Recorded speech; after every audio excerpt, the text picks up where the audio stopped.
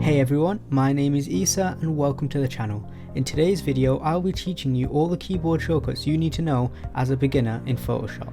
If that sounds interesting, make sure you hit the like button, subscribe to the channel and turn on notifications. Okay, let's get started. A keyboard shortcut is a sequence of keys pressed in a particular order that triggers a pre-programmed action. So for example, copy and paste. These sequences always start with a trigger key. On a standard keyboard, you have 3 trigger keys, Control, Alt and Shift. You usually have 2 of each. To explain this further, I'm going to go ahead and open up Photoshop. So as you can see, we're now on the home screen, and if you watched the last video, you'll know that if we press the Photoshop logo in the top corner, it will take us to the main work area. The first shortcut you need to know is how to create a new blank document. You can do this by pressing Ctrl and N on your keyboard. As you can see, this brings up the new document menu. Here you can pick a preset or set your own size, the orientation, the resolution, the color mode you want to work in, and so on and so forth. I'm just going to go ahead and select the default Photoshop size and press create. As you can see, we now have a blank document. The first thing I'm going to go ahead and do is unlock the background layer. And then I'm going to teach you the next shortcut. The next shortcut you need to know is how to save a document. The shortcut for this is Ctrl S. So I'm going to go ahead and press that. It brings up the save as menu. I'm going to go ahead and save this as a PSD file to my desktop. And then I'm going to close the project. Going back to the work area by pressing the Photoshop logo, the next shortcut I'm going to teach you is how to open a project. So this one is pretty straightforward. It's Ctrl O. And then I'm going to go to my desktop and press that shortcuts PSD file, and as you can see, the project is back. Every tool in Photoshop has a key assigned to it. You can see this by hovering over the tool you want to use. So for example, the move tool is V, the marquee tool is M, the crop tool is C, the eraser is E, the text tool is T, the pen tool is P, and so on. It's a good idea to remember the tools that you use most often. Another useful shortcut is rulers. To enable rulers, press Ctrl R, and as you can see, we now have rulers in our workspace.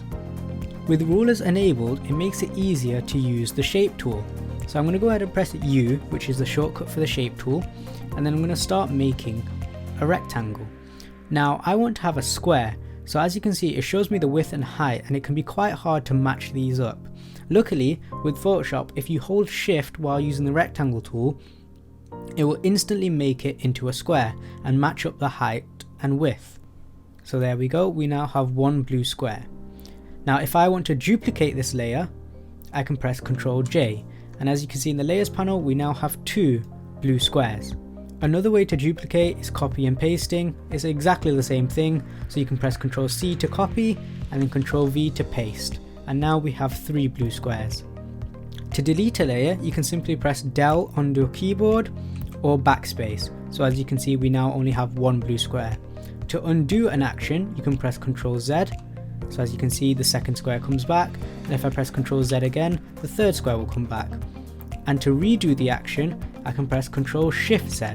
So as you can see, the third square disappears again, and the second square as well. And now we're back to just having 1 square. When using the move tool in Photoshop, you usually have free control of where you want to place it. So as you can see, when I move this square, I can move it in any direction. However, if you want to lock the axis, you can hold Shift. So if I hold Shift while moving it sideways, I can now only move on the X axis, no matter where I move my mouse. And the same goes for if I let go and then I move up and down, I now can only move on the Y axis and not the X axis. This can be very useful when making micro adjustments. If you're using the arrow keys to move something in a Photoshop project, it usually moves it by 1 pixel at a time. However, if you hold Shift, you can set it to move 10 pixels at a time. This is also very useful when making micro adjustments. To zoom in on a project, you can press Ctrl plus, and to zoom out, you can press Ctrl minus. You can also press Ctrl 0 to reset the view to the fit to the screen option. When you are zoomed in, to move around your canvas, you can hold the spacebar, and it will automatically give you the hand tool, which lets you drag around and move freely. If I select onto my blue square and press Ctrl T, that will bring up transformation controls. Transformation controls allows me to resize my shape, move my shape, and also rotate my shape. If I hold shift while rotating, you'll see that it snaps to every 15 degrees instead of giving me free movement. This can also be useful. And then to confirm my transformations, I simply press the tick at the top, like so, or press enter. To toggle visibility of a layer, so instead of reaching down here to press the eye icon, I can simply press Ctrl and comma, and as you can see, it toggles the visibility. Another shortcut for the layers panel is creating groups. To create a group, you can press Ctrl G, and as you can see, a new group is created. And then you can press Ctrl Shift G to delete the group without deleting the layers inside of a group. So for example, if I just duplicate my rectangle and have 3 rectangles, and now I select all 3 rectangles and press Ctrl G, you'll see it puts it into one group. And then if I press Ctrl Shift G, it will take it out the group without deleting the rectangles. To create a new layer, I can press Ctrl Shift N, and as you can see, it comes up with the new layer panel, which allows me to create a new layer. This shortcut can be used, or you can just press this little icon in the bottom here. The shortcut for locking a layer is Ctrl and slash. As you can see, my layer has now got a lock on it, so I can no longer edit it. When using the brush tool in Photoshop, an important shortcut to know is how to change brush size and brush hardness. For brush size, the shortcut I like to use is square brackets. So if you press the left bracket, you can see that the brush goes smaller, and if I press the right bracket, you can see the brush goes bigger. And if you hold shift while doing that, the left bracket makes the brush go softer, and the right bracket makes the brush go harder. However, if you want the full control over it, the shortcut to use is Ctrl Alt right mouse button. As you can see, it comes up with a big red circle, and when you move your mouse up, it will make your brush softer. If you move your mouse down, it will make the brush harder. If you move your mouse to the left, it will make it smaller, and if you move your mouse to the right, it will make it bigger.